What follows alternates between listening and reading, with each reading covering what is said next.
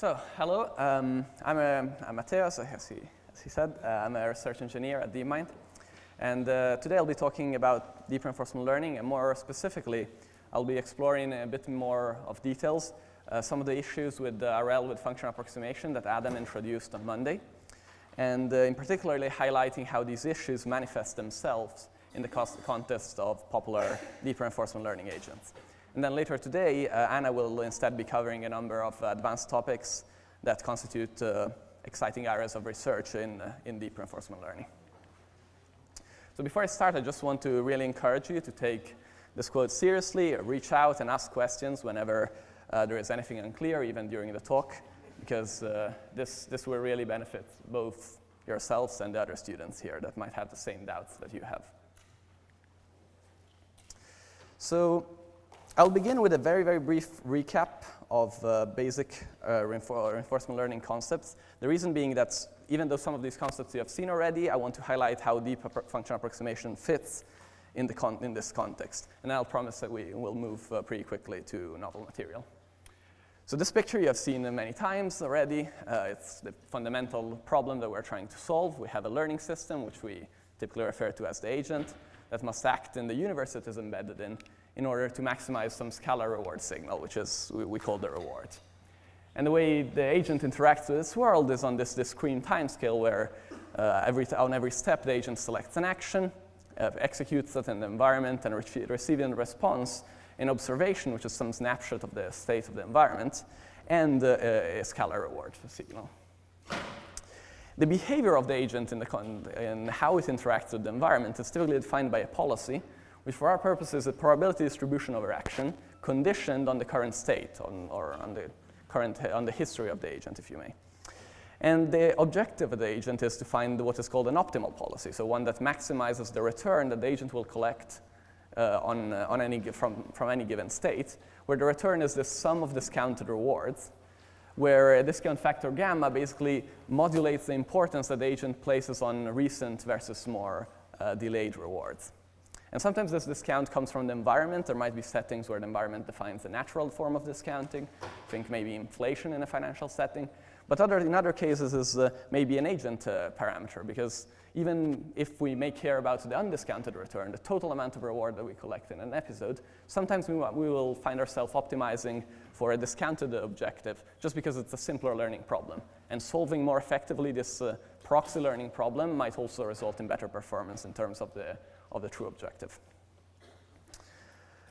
The discounted return, though, is a random variable. So if the environment is stochastic, the agent is stochastic, we actually need to specify more precisely what we mean by maximizing this random return. And the most common thing is to maximize the expected return, which is also called the value. And today we'll be talking about two main types of values. So state values on the top, which correspond to the expectation of the return that you will collect, conditioned on the state you're in. And state action values that are conditioned both on the state you're in and the first action that you take and you execute in that state, where all expectations are computed both over the environment and the agent stochasticity.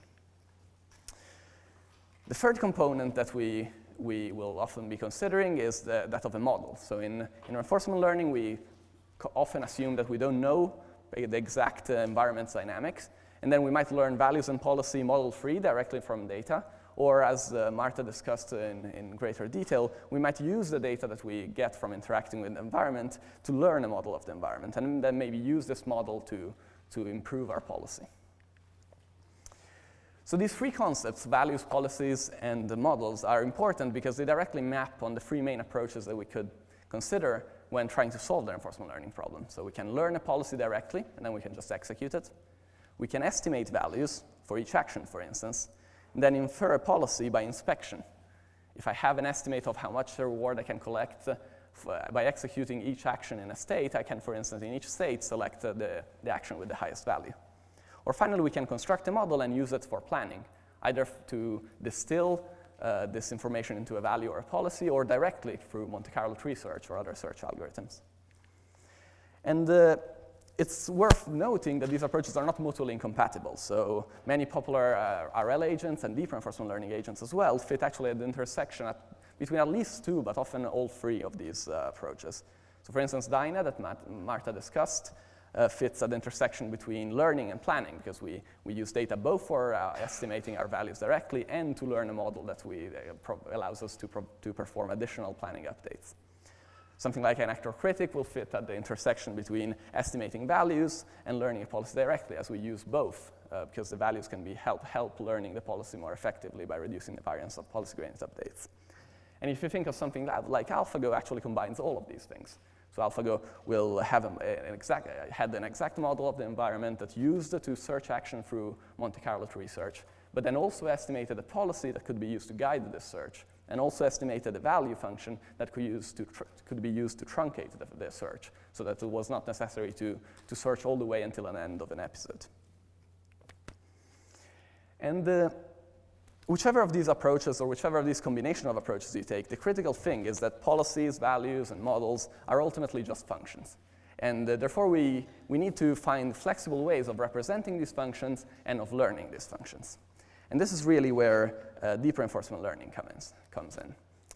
So consider as a very simplest instantiation the problem of representing and learning a state value function.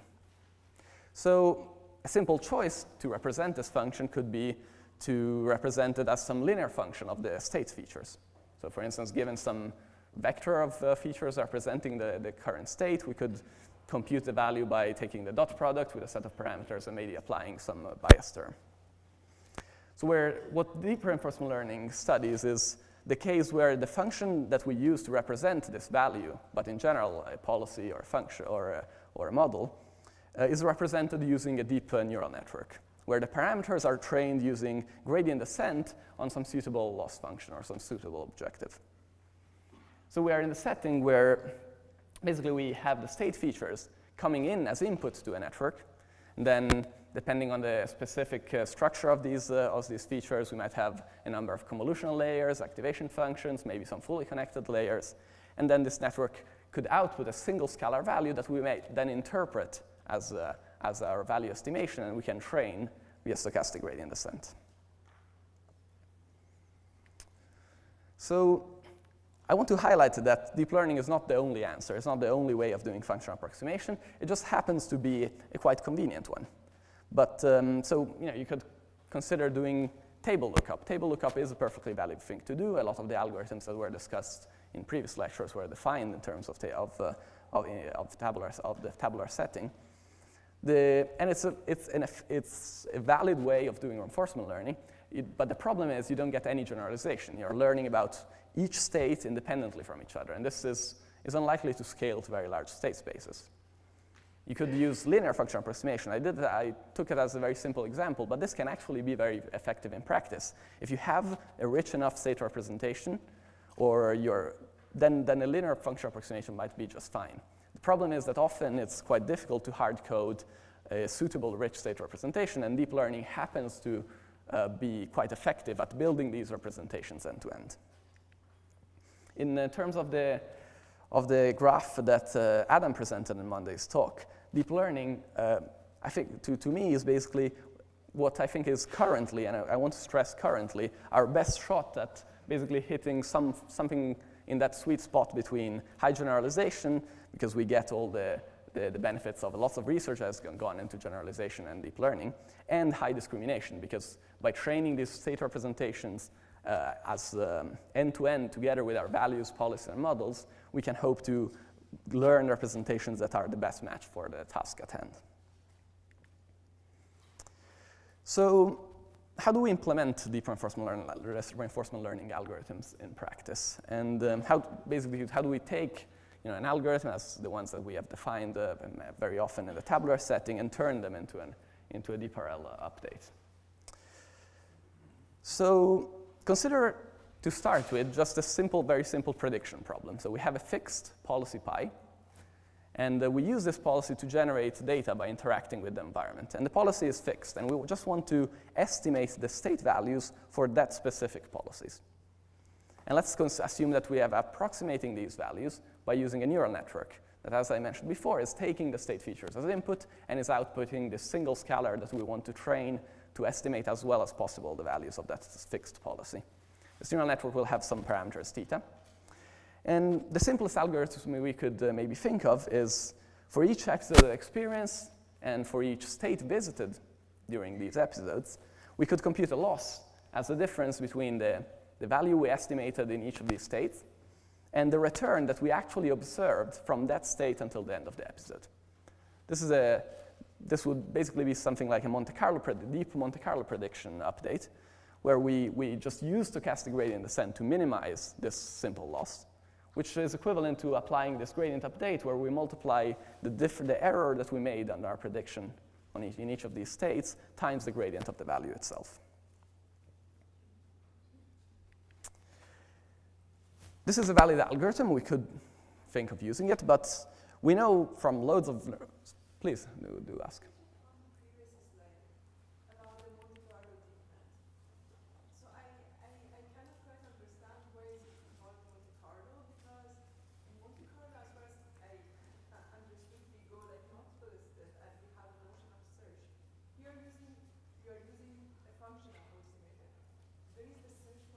So Monte Carlo is used in many different ways. So the question is, why is it called Monte Carlo? Because for instance, Monte Carlo, we used it in other lectures, for instance, talking about Monte Carlo tree search. So Monte Carlo is a term that is quite overloaded in general. And in this case, we refer to the fact that we are using one random sample of experience because we're using the actual observed reward all the way until the end. But I do agree it's a quite overloaded term, so it was a good question. Please. Can the stochasticity be incorporated by some other source of randomness, such as the random noise or updating dropout in inference?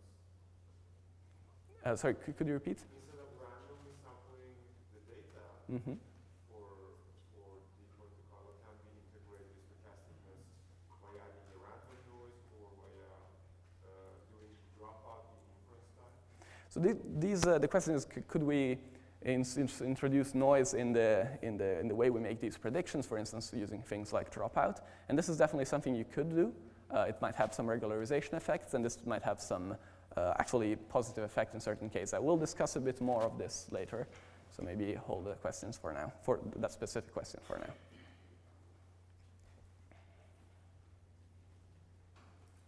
Please.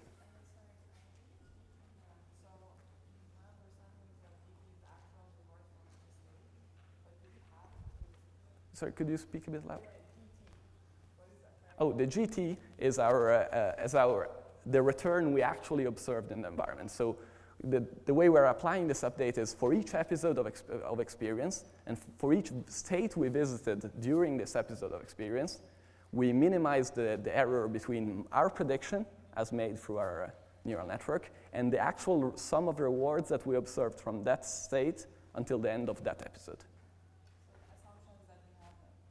Yes, so the algorithm, well, it's not the assumption, you have them from interaction. So we're assuming we're in an episodic setting, we can execute this policy, and as soon as we reach the end of an episode, then we can go over all the states that we have visited and compute this update. So we know, though, that this, while it's a valid thing to do, Monte Carlo update is often not the best approach. So often we can do better than this, for instance, by using things like temporal difference learning. And how can we do temporal difference learning in the context of DRL updates? So one thing you could do is look at this update. So this is the gradient update that actually minimizes the loss function I described before. This has two parts. Has an error between our estimate and the actual return observed in the environment, and a gradient of the value. So the term on the left, rather than waiting all the way until the end of the episode so that we have the actual return that we observed, after a single state, we could estimate this quantity, this return that we will collect until the end of the episode by using the immediate reward that we observed on this current step, plus the discounted estimate of the value of the state we ended up in. So this is called bootstrapping. It's called bootstrapping because we're using our own estimates as targets in our updates. And this has several advantages. One is that now we don't need to wait until the end of an episode in order to perform the updates. And the second is that it can reduce the variance of the updates. Because now we don't have this sum of random variables all the way to the end. We have a single reward, and then we use our own estimates to bootstrap from there. And this reduces the variance, although it's worth mentioning that it does so potentially at the cost of introducing some bias. One thing you may wonder is, what is this update optimizing? What is the objective function that we are optimizing? And the answer is that actually that update is not the gradient of any objective function. So you might wonder, how do we implement this in practice then in context of common deep learning framework, where often we have optimizers that expect a loss to be minimized? Well, what we can do is define this sort of pseudo loss, where we minimize the squared error between our prediction on the state we're in and our target, our sum of the rewards plus our own estimate of the next state value, but where we stop gradients from flowing into the next state.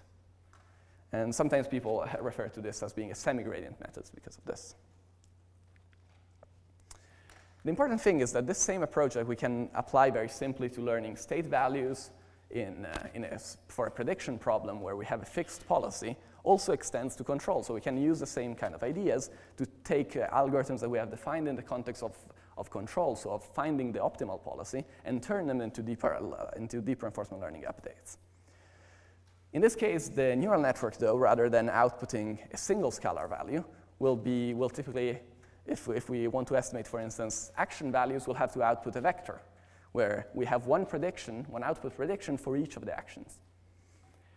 So how do we train this network? So consider the Q-learning update. This is the usual update that you have seen several times now, where we update our estimate of the value of a state and action pair towards a target which is constructed as the sum of the reward plus the discounted maximum estimated value in the next state.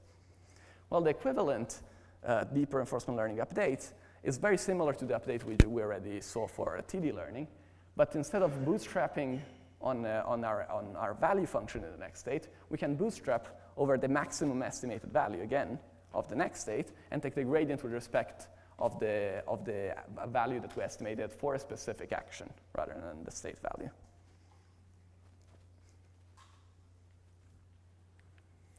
So you might think then, oh wow, the problem is solved. This is how we convert classic RL updates into gradient updates. So we can just do it with all our usual algorithms and use the standard deep learning techniques, and everything is solved.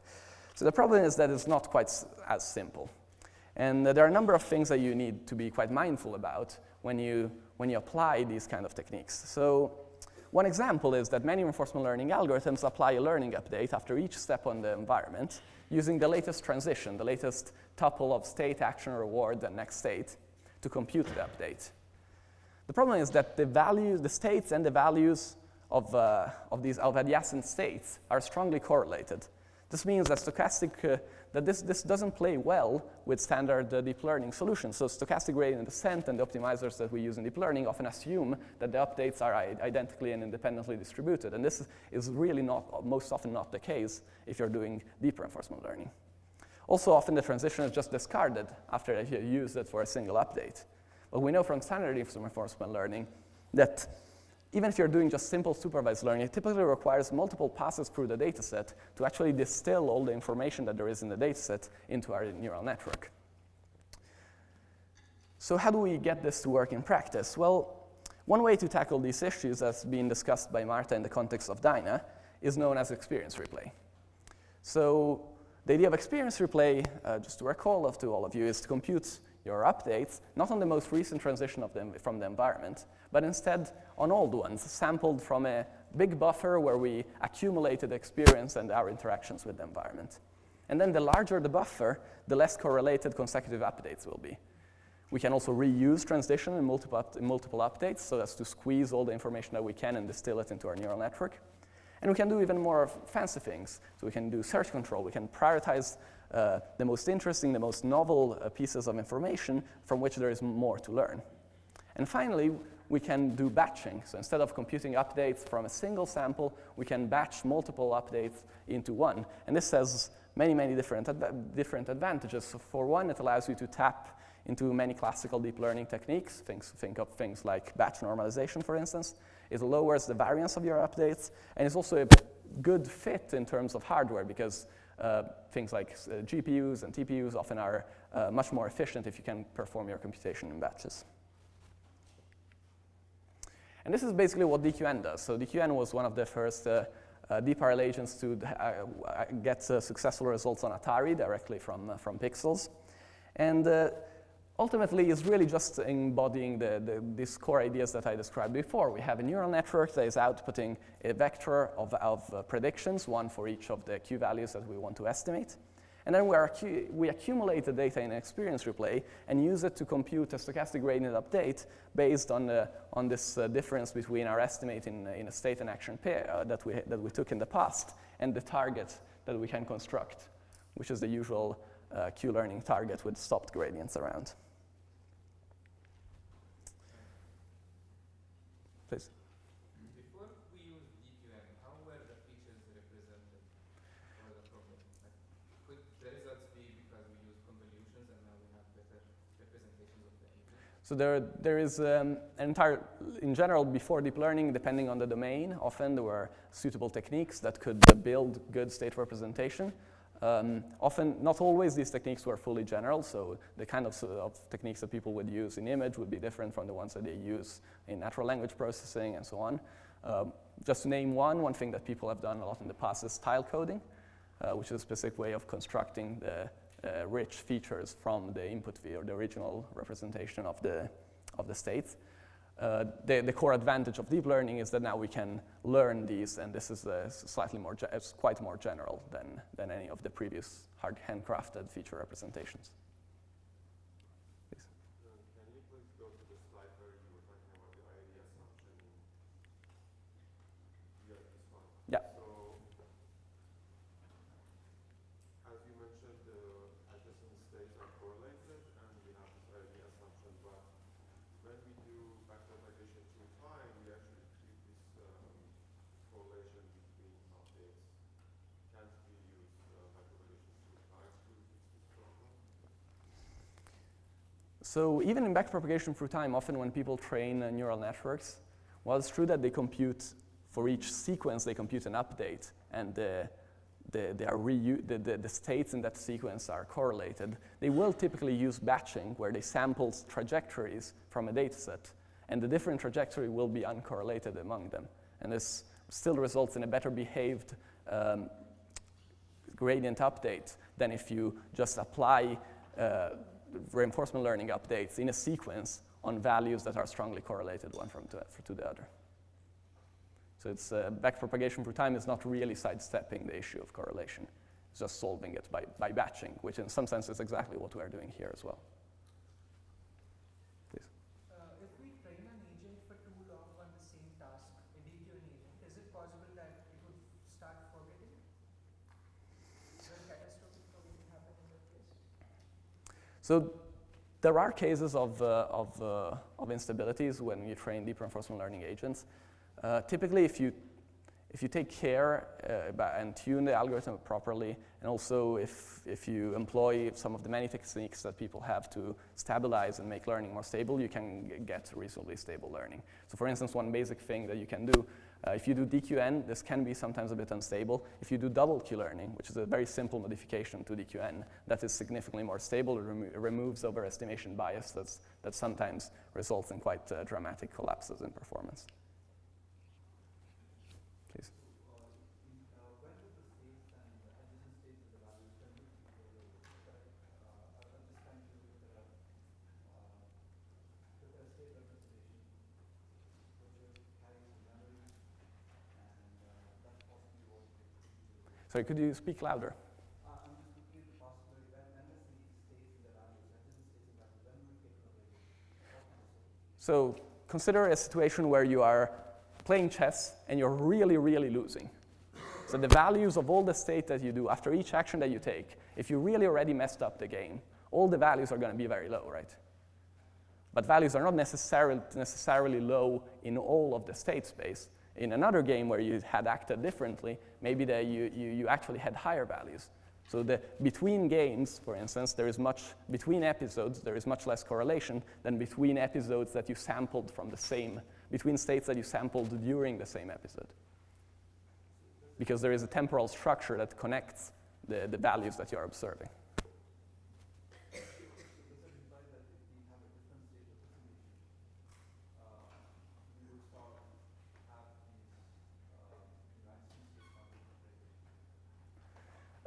I don't think it depends strictly on the state representation. In some cases, the state representation might make them more correlated because maybe they cannot distinguish between certain things. But the problem is fundamentally due to the temporal and causal structure in the data, where the state that you observe next depends on the state that you are right now. They are intrinsically correlated, irrespectively of what state representation you use.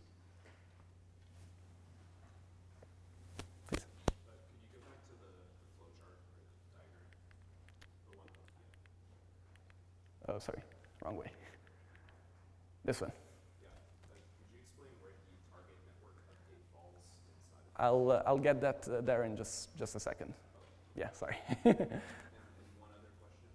So, how do we actually compute the loss functions? Because I don't know, I might be unclear about this, but I've heard that there's this Huber loss that you use in practice. How does that fall? So the question is, how do we exactly compute the loss? Because he has heard about the Uber loss that people sometimes use. That is not strictly needed. Honestly, the Uber loss basically amounts to a specific way of clipping the gradients to prevent too big updates. Is really not essential for good performance with DQN-like agents.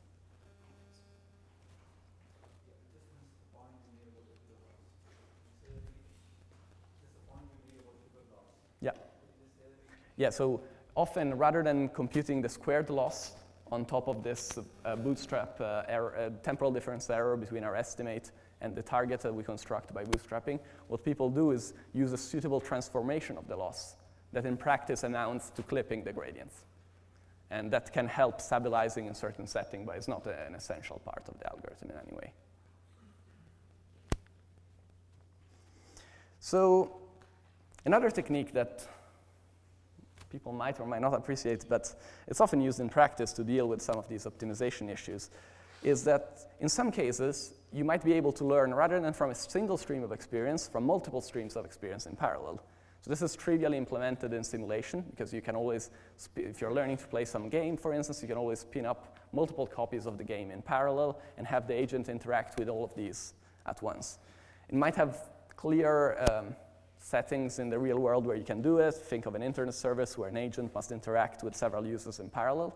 In some cases, I've seen it done even with robots, but it's quite rare because, of course, in most cases, this is if you will have a limited number of robots available. But the general point that I want to make is that if you have a way of interacting with multiple stream experience together, then this can reduce the correlation of updates because the agent will be in different parts of the state space in the different copies of the environment. And there are some of the agents that I want to mention this because some of the agents that are quite popular nowadays, like A3C, actually implement this kind of approach, despite being somewhat limiting in terms of the domain that you might be able to apply it to. So for instance, A3C is an instance of what is a more general principle, which is a more general algorithm, which is basically asynchronous reinforcement learning, where you have multiple copies of your environment, and you have multiple workers that are interacting with each of these environments. And then what each of these workers may do is ask the latest copy of a shared set of parameters that is shared among all the workers, step in the environment for a few times, compute some update, and then send the update back to the shared sets of parameters. What happens in this setting is that while, for instance, worker 1 was stepping in the environment and computing the updates, the other workers might have updated themselves this shared set of parameters. So the update that worker 1 then sends will be stale, will have been computed using an older version of the parameters than the one it's being applied to. And this can create sometimes certain types of instabilities, although in moderate amount, is typically not a problem because if you don't have too many workers and there's not too much delay, often this only amounts to introducing basically a form of momentum in the optimization process, but becomes a bigger issue if the workers are too slow or if you have too many of them, because then the updates might be very stale by the time they reach the shared parameters. The good thing of this kind of approaches is that for research purposes are sometimes convenient because you can just speed up the experiment n-fold by having multiple workers applying updates in parallel, because this is a good fit for the kind of multi-core architectures that these days we all have in our laptops or workstations. So this is an example of how several asynchronous reinforcement learning algorithms scale with the number of parallel workers. And you can see that they can scale up to 16 threads. They scale quite well, and actually, in some cases, super linearly because of this decorrelation effect that makes the updates that results in not only applying more updates faster, but also in slightly improving the learning dynamics. Please. The multiple streams of experience case, how do you keep the policies in sync? Sorry, could you repeat? In the multiple streams of experience, how do you keep the policies in sync? Yeah, so the question is, how do we keep the policies in sync between multiple workers in this kind of setups? This one? No, This one? the parallel stream of Yeah, so this is an instance of the previous slide. So where we have parallel stream of experience. Each of these is a worker with its own copy of the environment.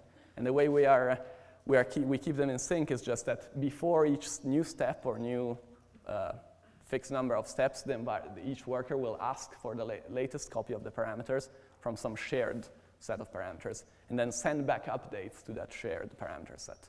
So we are syncing periodically, basically, maybe every step or maybe every 5-10 steps. And is average over these updates or independently updates are? So in asynchronous reinforcement learning, each update is just applied asynchronously. So as soon as one of these updates is ready, is applied to the latest copy of the parameters. You could also imagine having a synchronous version of these parallel generation systems, where instead of you just take one step in each of the environments, you batch them together, apply them in sync. This might result in make it slightly slower because you now have to wait for the slowest worker every time, but it will be often a bit more stable because you get batching and you get less variance in the individual updates. So the main topic I want to talk to you about today, though, is generalization, because generalization is really the heart, but also the curse of deep reinforcement learning. So it's worth spending at least some time trying to understand how generalization works in this context. So generalization, in general, is the process of updating your belief about one or more states in response to observing information about a different set of states. So the generalization problem is the focus of much of supervised learning, for instance, where it's framed in terms of maximizing performance on some test set drawn from some distribution, despite only being able to see a different train set drawn usually from the same distribution. And in supervised learning, the generalization problem is solved and generalization error is minimized either explicitly by, for instance, using a validation set and using early stopping, or it's tried to be optimized implicitly, for instance, by using regularization or certain handcrafted losses or certain architectural choices like dropout that your colleague was mentioning before. And even in this somewhat limited supervised learning setting, generalization is a huge area of active research. So my objective today is really not dwell too much into that, because we could spend the entire day probably discussing about it, but rather to highlight what are the unique issues that arise when exploiting generalization, for instance, through using neural networks in the context of reinforcement learning. And really to help you understand how these issues manifest in our agents. So in order to do this, let's start, again, really simple. So let's consider, again, the simple prediction problem where we want to estimate a state value for a fixed policy pi using some neural network V. And where we train this neural network, again, with just SGD on a Monte Carlo loss. So we have multiple episodes of experience where we start in a random state, we follow policy pi until the episode terminates under some condition. And then we want to use that episode of experience to update our value function. The important thing to note is that the grid world specifically where we are going to apply this is the one on the right. So it's split in two parts. There is a set of states from which we cannot reach the goal because there is a wall that is splitting the grid world right down to the middle. And from another subset of the grid from which we will eventually, even with just a random policy, hit the goal. And pretty soon if we are close to the wall itself. So what happens if we try to predict the values of the states in this grid world using Monte Carlo prediction? So since we're using neural networks, there will be generalization between states. And it's hard to predict exactly how this generalization will happen. So how the updates that we do in some states will affect other states because they're using the same set of parameters. And it's hard because it depends on the specifics of the function approximator that you're using. So the specifics of the neural network that you're using will affect how exactly it generalizes. One thing that we do know is that often neural networks tend to induce at least some degree of smoothness. And this is a very reasonable inductive bias, but can lead to inappropriate generalization if the dynamics or the targets that we're trying to predict are not smooth, which is the case in this problem, because all the values above the wall are exactly 0. We'll never see any reward. But the values immediately below the wall are actually very high value. We're close to the goal. We are likely to reach it soon. So what happens is that through generalization, if you look at the map of how well the network predicts the values, there will be a band right above the wall of states that should have a value predicted, where the neural network should predict a value of 0, but it will actually leak some of the basic information that it learned about the states just below the wall, and will instead predict non-zero values for the states above. And this is sometimes called leakage, because it is literally leaking information to near states in whatever state representation you have picked. So with sufficiently flexible neural networks, maybe sufficient capacity and sufficient data, this kind of inappropriate generalization might start to smooth out and fix itself, and you will learn to be increasingly non-smooth on the boundary between the top and the bottom of that grid world. Although there will be, in some cases, depending on the specifics of your approximator and the problem, some irreducible error that maybe you cannot get rid fully even with arbitrary amount of data. The previous plot, though, per se, is not particularly surprising. We are doing a reasonable job of predicting. Sure, we're making some mistakes in states that are actually quite similar to each other because we have some smoothness prior in our approximation. The problem is, what happens if we train on the same problem, the same network, but using temporal difference learning? So here, generalization can result in a very different behavior, where that band of states just above the wall, where we were leaking information about the values just below, because we use the values of those states just above the wall to update the other values the other states above the wall, then this information, this mistake that you made through generalization will start propagating, and you will end up mispredicting or making a higher error than you would like in many more states, even relatively far away from the boundary between the two. So despite the algorithm is actually doing a better job in the bottom half to predicting the values effectively, in the top part of the grid, where we'll actually observe higher error because of the generalization error propagates farther in state space. And this is not the only way in which generalization can interact with your learning algorithm. So another dangerous way in which you can get instabilities due to inappropriate generalization is through feedback loops. So consider this transition on the right, where you have two states, and when you move from the first state to the second, you observe some reward. This might be part of some bigger MDP, or we don't really care. But consider this small subset of just these two states. And imagine that we have some neural network we are making predictions, value predictions for in each of these two states. And what happens is that every time we use temporal difference learning to update the value in this state, through generalization, we will also change the value in the second state. If, however, the value, when we, for instance, increase the value of the state, generalization also pushes up the value of the second state, because we use then the second state to construct the next update to the first state.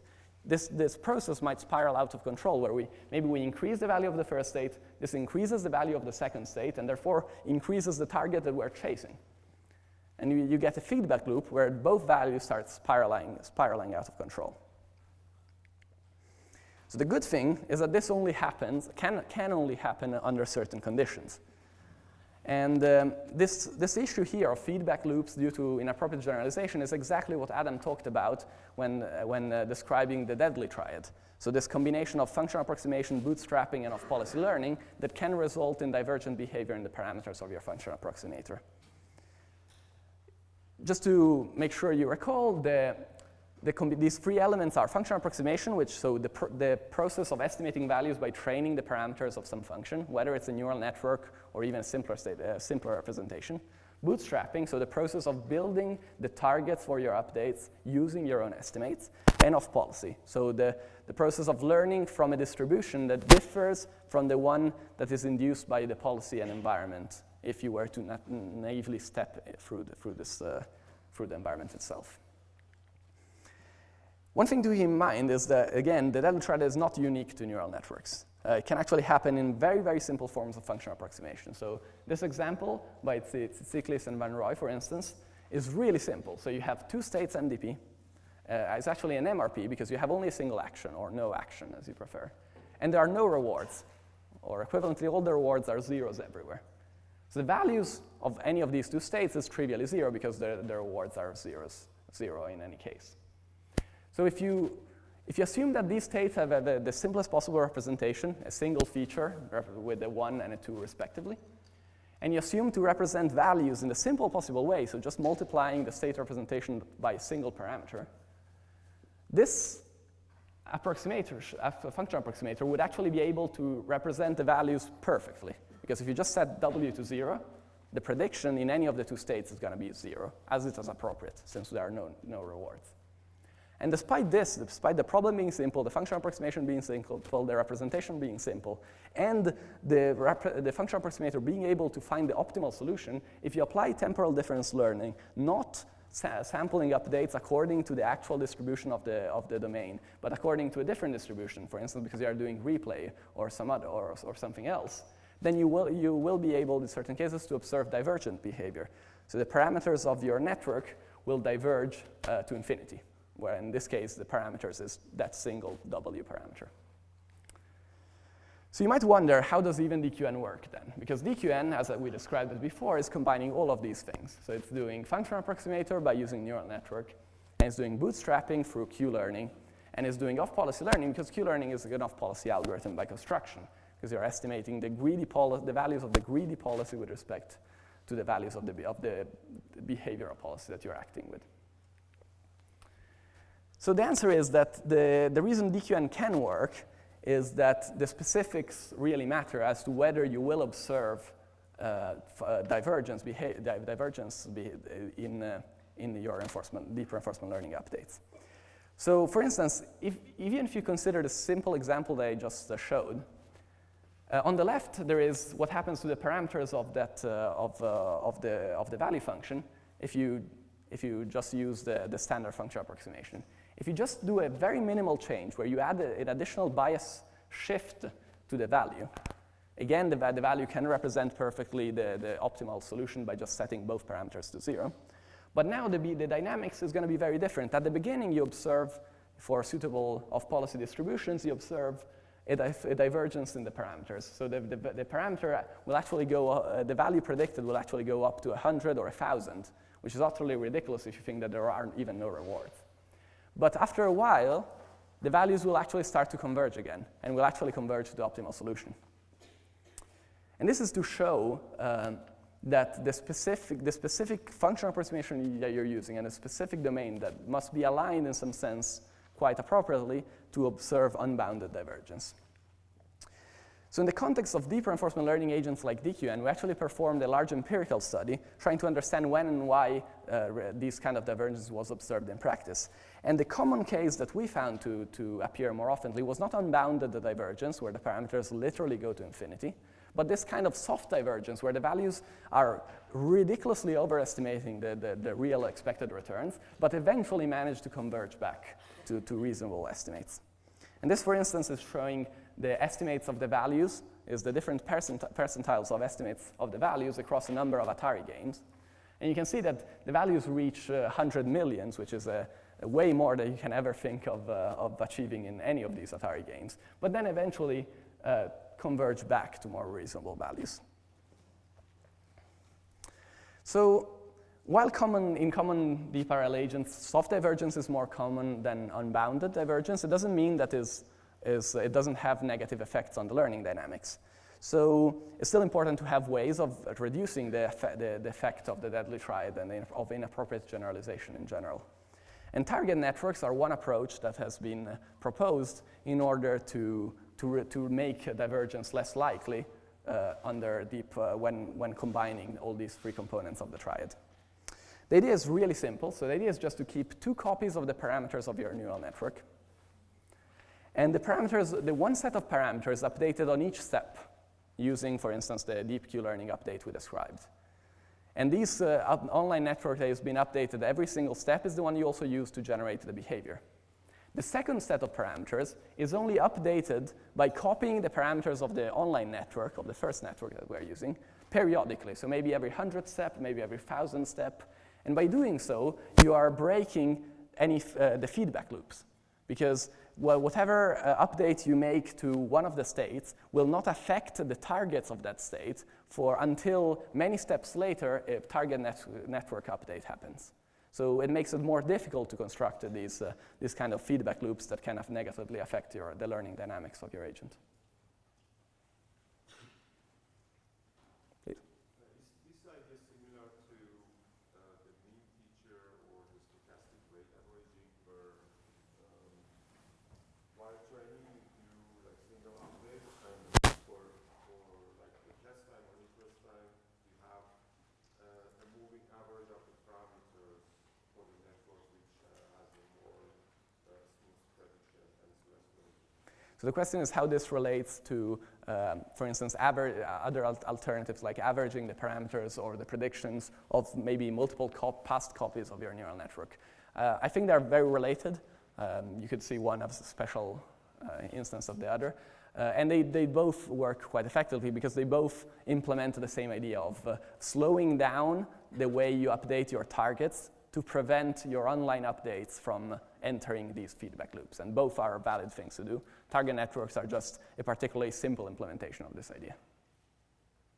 Please. Do you have any references for overestimation in DQNs? Sorry, could you repeat? Do you have any references for empirical studies that do on overestimation in DQNs? Overestimation? Yeah, you said like overestimation is a problem, right? Yeah, so overestimation can happen in for many reasons. So one reason is we just discussed. So the deadly triad can lead to this kind of soft divergence. And there is, on the slides themselves, there is a link to the study that analyzed this problem. We will be sharing the slides later, so you can follow there. The paper is called Deep Reinforcement Learning and the Deadly Triad. Another separate issue with overestimation could be the one related to the overestimation bias of Q-learning itself. So because of the maxing over estimates that have uncertainty or errors, there is a bias inherent to the learning update itself that even happens in a tabular setting. And that can be addressed by using things like double Q-learning, but is maybe beyond the scope of this talk. Please. So you said that the Q values diverge because of the feedback loop, and then after few episodes they start to converge. What is the intuition behind them starting to converge? So the question is, what is the intuition behind the fact that that in practice we often see them converge back? So I think that the main issue is that in order to get fully unbounded divergence, you really need a perfect storm where everything is aligned towards inducing this divergent behavior. More often, generalization will not apply the generalize in such a negative way. So as your performance get better and for instance, your state representation becomes better and you are more able to distinguish between different states, then it's less likely for you to generalize in a harmful way, and then you might slowly, basically the push towards divergence reduces and you might converge back. Please. So are we required to have off-policy learning in order to get feedback loops? So the feedback loops per se, doesn't work. So per se, the fundamental issue that when you update the states, you might be updating the state that you used for the targets. This is a general issue that if you have generalization, you might encounter. In practice, though, if you what you can prove that if you follow the dynamics of your policy and the dynamics of the environment, any updates that you will make will be counteracted by subsequent updates that will push down, for instance, the inappropriate generalization that you have done. And then everything will behave correctly. It's only when you have all of these three things together that these feedback loops actually are allowed to spiral out of control, because you might continually push up the first state without, for instance, updating the state that you use to bootstrapping often enough to break the correlation. Please. The example with the ball, why, like the figure didn't look symmetric in one of them? Like one of them was symmetric, the other one didn't look symmetric. Which one, sorry? The example with the ball, and then there was a goal close to the ball. This one? Previous one. Why it doesn't look symmetric at the bottom? So here there is there are two types of errors that I introduced. So the one we're interested in for the scope of this discussion was this band where you are inappropriately leaking information beyond the wall. But of course, just because of the updates that you're making, there are also errors just due to the variance in the updates that follow, for instance, doing Monte Carlo updates.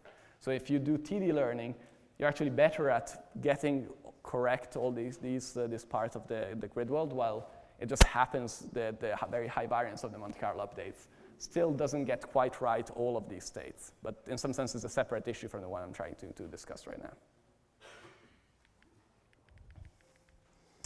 Okay, so target networks are, however, not a full solution, so they don't make the DLRL triad impossible to emerge.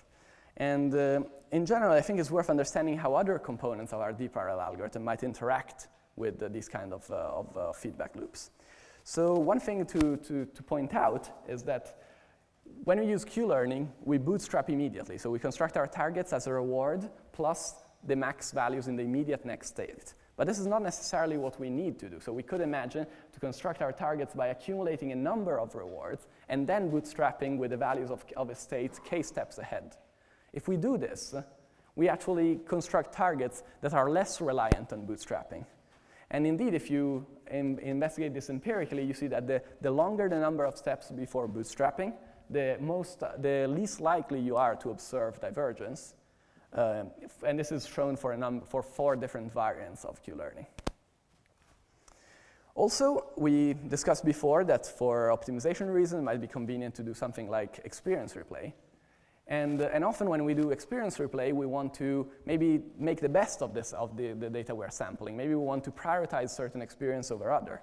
This is a very good idea and can result in much better performance, but it's worth understanding and knowing that as you increase the strength with which you are prioritizing, as you make the data you are sampling more different from the actual distribution in the environment, you're making also more likely to observe this kind of feedback loops, and the likelihood of observing at least the soft forms of divergence grows the stronger you prioritize.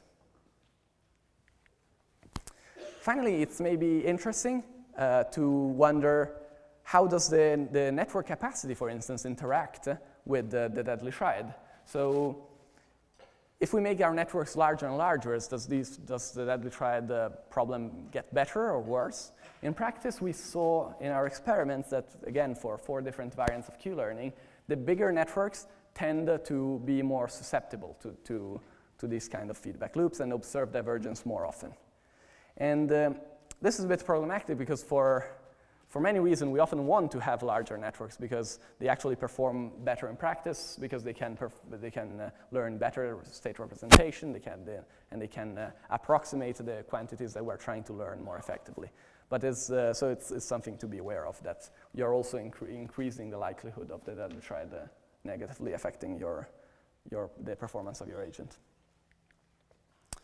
And finally, before moving on to a different topic, it's worth pointing out that model-based reinforcement learning can also trigger the DLRL triad. So imagine you have some given learned model that we consider fixes for the purpose of this discussion. And then consider the following model-based prediction algorithm, where we want to train the value function to the neural network to estimate the state value function. So if you can imagine to sample, as we did in Dyna, data from memory, past the state and actions that we have observed, and then use the model to generate rewards and subsequent state. And then we could apply TD learning to this data. So this is a valid thing to do, but it does interact with the deadly triad in that for basically the same reasons of the deadly triad, you can observe divergence in the parameters of your network if the distribution of states in your memory is not the same of the stationary distribution implied by your model, which will often not be the case because your model will include, for instance, some error in how you have modeled the transitions. The final topic I want to discuss is what you may call reinforcement learning aware deep learning. So a lot of what we discussed up to now can be thought as deep learning aware reinforcement learning. So what things like experience replay and target networks are, modification to our the reinforcement learning algorithms to take into account the issues and challenges that emerge from combining our algorithms with deep learning or in general with functional approximation.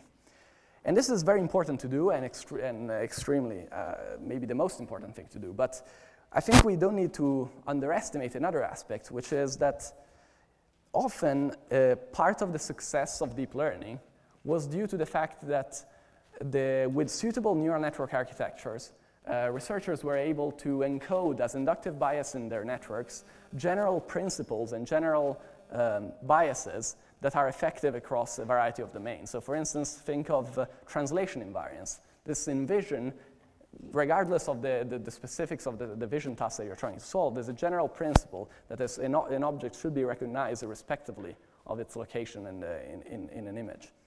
And this is being translated in a specific architectural choice, which is convolutional neural networks, which is key to much of the success that's been seen in vision. So in reinforcement learning, rather than only taking deep function approximator as black boxes from NLP and vision and hope that they work best for our use cases, I think it's also important to think about what neural network architectures could be more suitable for us. So what are the best architectures for value learning? Values have specific structures that we might be able to exploit. What are the best architectures for learning transition models, reward models, and so on? We need, in some sense, reinforcement learning aware deep learning as well as deep learning aware reinforcement learning. And I won't go too much in detail today because it's a large open problem, but I just want to give at least a couple of examples. The first example is dueling networks. So agents like DQN, for instance, and many of the examples I made today, assume that they take some state representation, they pass it through a number of convolutional or fully connected layers, and then output a vector of predictions, one, for instance, for each of the actions we want to learn values for. But we know that action values actually admit a decomposition, which is between an action-independent state value and an action-dependent advantage that encodes only what is the effect of my immediate action. And this is a suitable, is a way of decomposing action values that is sometimes useful. But it's worth wondering, can we encode this decomposition as a deep neural network architecture? And can this help, for instance, the optimization process to work more smoothly?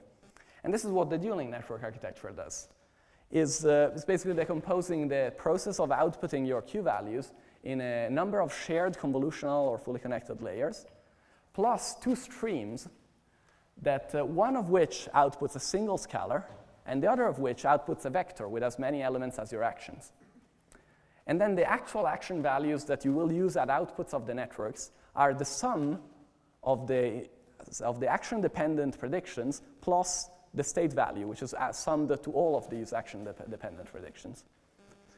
And then the nice thing is that when rewiring your architecture in this way, it doesn't require you to change anything in your deep reinforcement learning agent, because you can still, what you output is still a differentiable function of a bunch of parameters, and you can still train it in the same way as you would train the other neural network. But now you have encoded a specific bias about what might be a convenient way of representing these Q values. And in practice, this turns out to be very effective. So this is, for instance, the relative performance of a DQN with dueling networks compared to a DQN with a standard architecture across 57 Atari games. And you see massive improvements in performance almost across the board. One interesting thing is that if you have this kind of two streams architecture, you may wonder what the two streams are actually learning. So one way of looking at this is using saliency maps. So saliency maps are a way of basically seeing to what part of an input a neural network is attending the most. And on the left, on the screen, I will show you a video where there is a simple Atari game where you need to drive a car, and you have a bunch of cars coming in the opposite direction, and you need to try not to crash into them.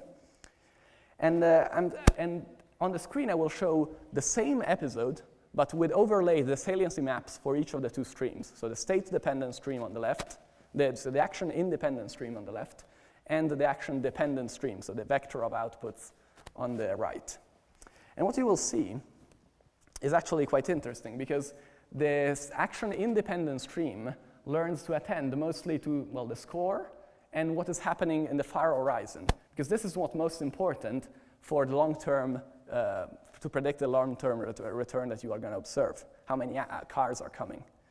But the action-dependent stream is learning to focus only on the pixels immediately in front of the car, because the only thing that matters in order to decide whether to go right or left is not what's happening far ahead, it's just whether the car immediately in front of you is slightly to the right or slightly to the left of your current position. And this process of the two streams specializing to attend to these different things happens just end-to-end, just because it's a convenient way of representing these action values. The second issue I want to very briefly discuss is that neural network architecture is not the only thing that we might want, it's not the only aspect of deep learning that we might want to customize to our reinforcement learning specificities. So the way we train with SGD might also benefit from RL-aware innovations in some sense. And one thing I want to highlight, for instance, is that in a reinforcement learning task is obviously defined by its rewards. But these rewards can be very, very different across tasks. So for instance, in Go, maybe we have a reward structure where we provide a reward of 1 when we win, and 0 otherwise. In an Atari game, we have a ±1 for a game like Pong, but we have ±1,000 rewards for a game, for instance, like MS Pac-Man. And the problem is the magnitude of the gradient update that you do scales with the size of the rewards, the frequency of the rewards, because this affects the size of the returns that you will observe and the size of your predictions that you're making, and therefore the size of the loss. So this is quite worrisome, because in addition to being different between tasks, the scales of our updates and gradients and losses are different also across different stages of training. Because at the beginning of training, for instance, in these two Atari games, you're actually observing almost no rewards at all. So you observe very few rewards, you make very small value predictions that have very small losses and result in very small gradients. But as you get better, as your agent, as you would hope, is improving performance, you're observing bigger and bigger rewards, you're observing more frequent rewards, and then your gradient updates themselves become larger. So PoPArt, for instance, is one way in which we can maybe take this into account in order to design a better SGD-like way of updating the parameters of our neural networks in reinforcement learning. And the idea is just a way, is at its core just a way of rescaling gradients and updates in an adaptive way, so as to guarantee that despite the magnitude being changing over time, the size of the updates remains in a reasonable range. And this can actually be useful beyond RL, because there might be other settings where you might want to do deep learning with predictions whose scale change over time, maybe for instance in a time series kind of setup. But it's definitely quite suitable for the problems that we try actually to solve with deep reinforcement learning.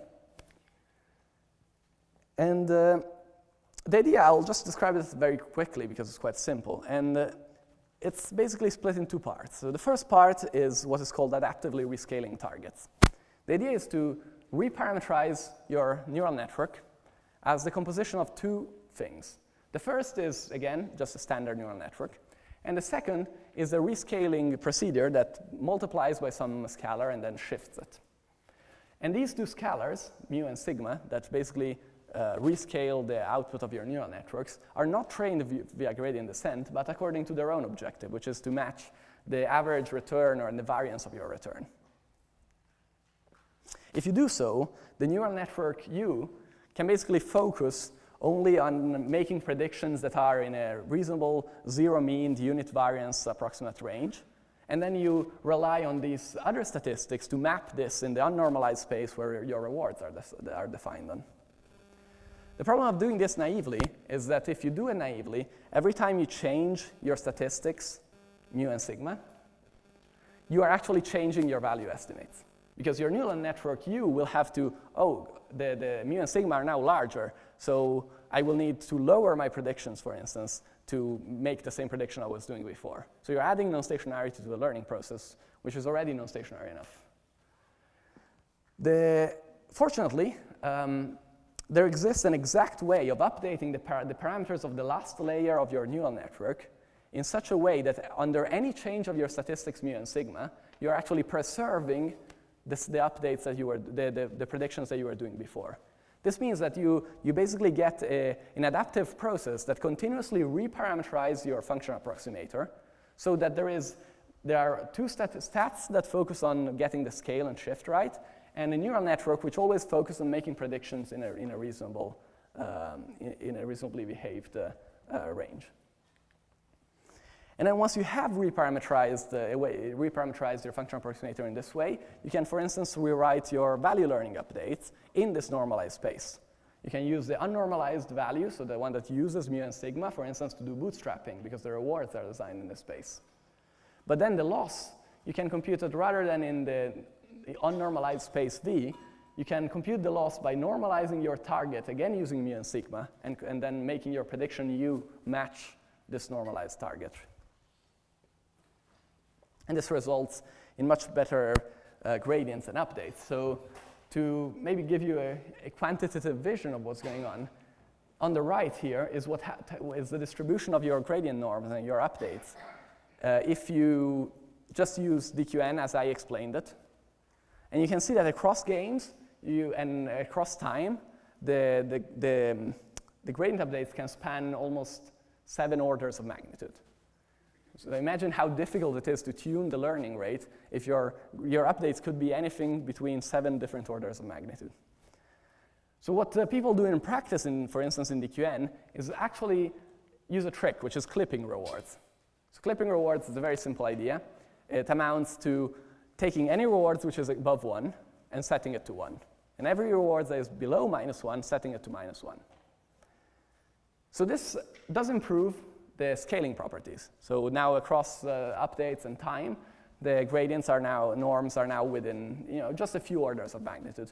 Still not ideal, but it's quite more reasonable. And this is why all of DQN and A3C and many of the agents that are trained on Atari actually use clipping, because it at least makes the learning dynamics somewhat sensible.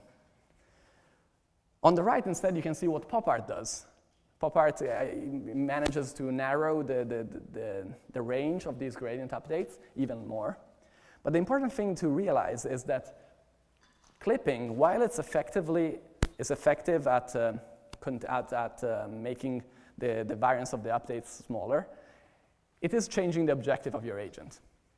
Because now the agent doesn't care whether there are 2 actions, and one leads to a reward of 1,000 and the other leads to a reward of 1. The agent doesn't care because it cannot see the difference. While if you solve the same issue with PoPArt instead of clipping, now the agent is aware of the actual scale of the rewards. It's just making sure that the gradients are not too large. And this results in very interpretable issues. So this is a video where you can compare DQN learning on Pac-Man and PoPArt DQN learning on Pac-Man. So DQN, as I was saying, this is the standard implementation of DQN that uses clipping. And you can see that Pac-Man goes around, eats some pellets, but it doesn't really care about the ghosts. It just goes its own way. It tries not to get eaten when they are aggressive, but if it doesn't really chase them at all. And this is a problem because the ghosts are actually worth 200 times one of those pellets. So if instead of doing reward clipping, you do PoPArt normalization, now you get the same benefits. You have gradient updates that are well behaved. But now the agent can actually see what's going on, can actually focus on the real objective. And then the qualitative behavior of the agent is totally different. So you can see that it just goes, chases the agent, and goes to the next ghost, and looks for the other ghost, and eats them one after the other. And this actually results in massively increase in scores because now the agent knows what's best. And this is really the this is really the end. But if there are any questions, please do make them now.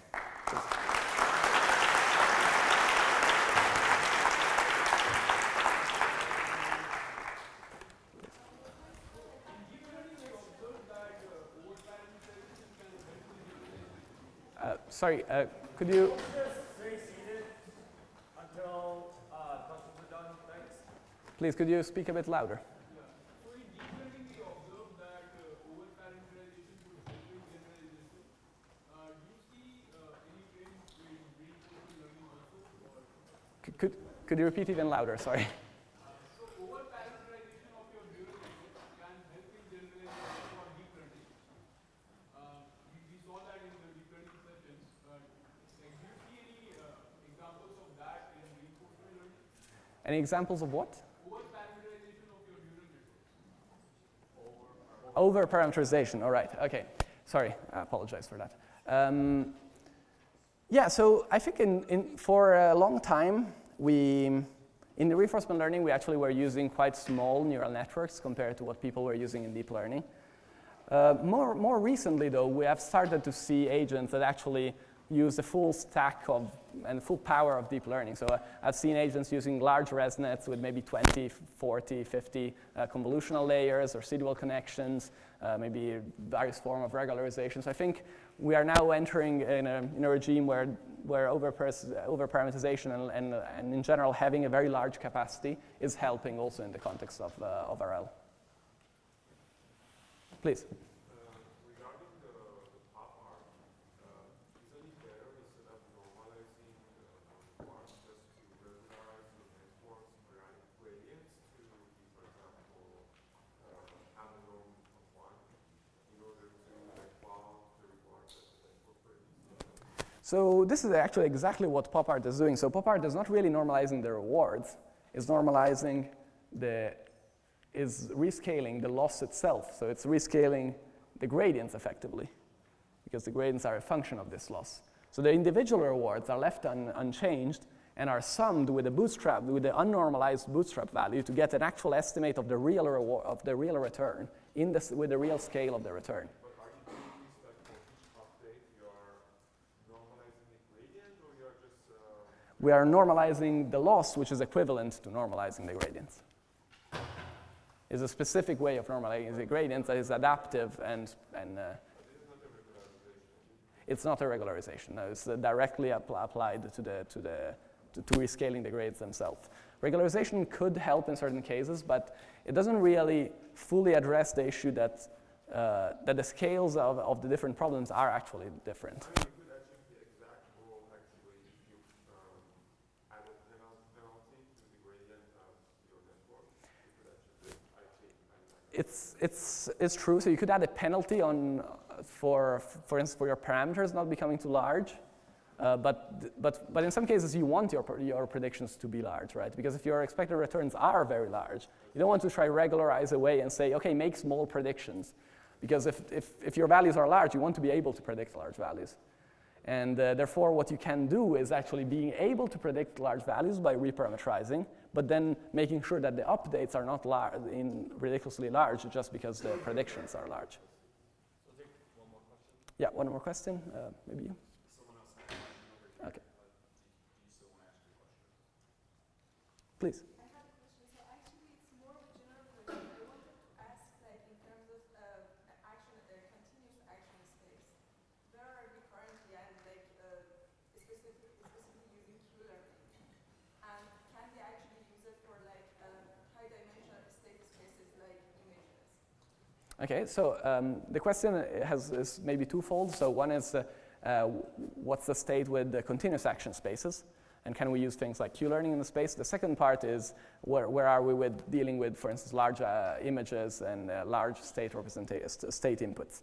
So maybe let me start from the end. Well, many of our agents, popular DRL agents, actually learn from pixels and images. So both on Atari or DMLab, Dota, StarCraft, they actually have very rich visual inputs. And that's why they use things like convolutions and residual connections and all the full stack from deep learning for vision. About the second part of the question, which is what about continuous actions? So the presentation of today was mainly focused for presentation purposes on the discrete kind of discrete action case. Many of the algorithms extend to continuous action spaces, although in some cases you need changes. So you were asking, for instance, about Q-learning. So one of the issues with Q-learning is that you have this maximization term over the actions that you have. So taking a max over a set of discrete actions is trivial.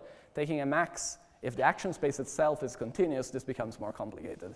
So there are other algorithms, though, that actually translate from the discrete setting to the continuous setting very naturally. So if you think of something like an actor-critic algorithm, there you can actually keep basically exactly the same algorithm. The only difference is that maybe instead of outputting a discrete set of logits that constitute a categorical distribution, maybe in a continuous case you output a mean and a variance, and then you sample from a Gaussian distribution into your actions. So there are certain algorithms that extend naively, and other that requires a bit of tweaks in order to get them to work. Awesome, thanks, Matteo.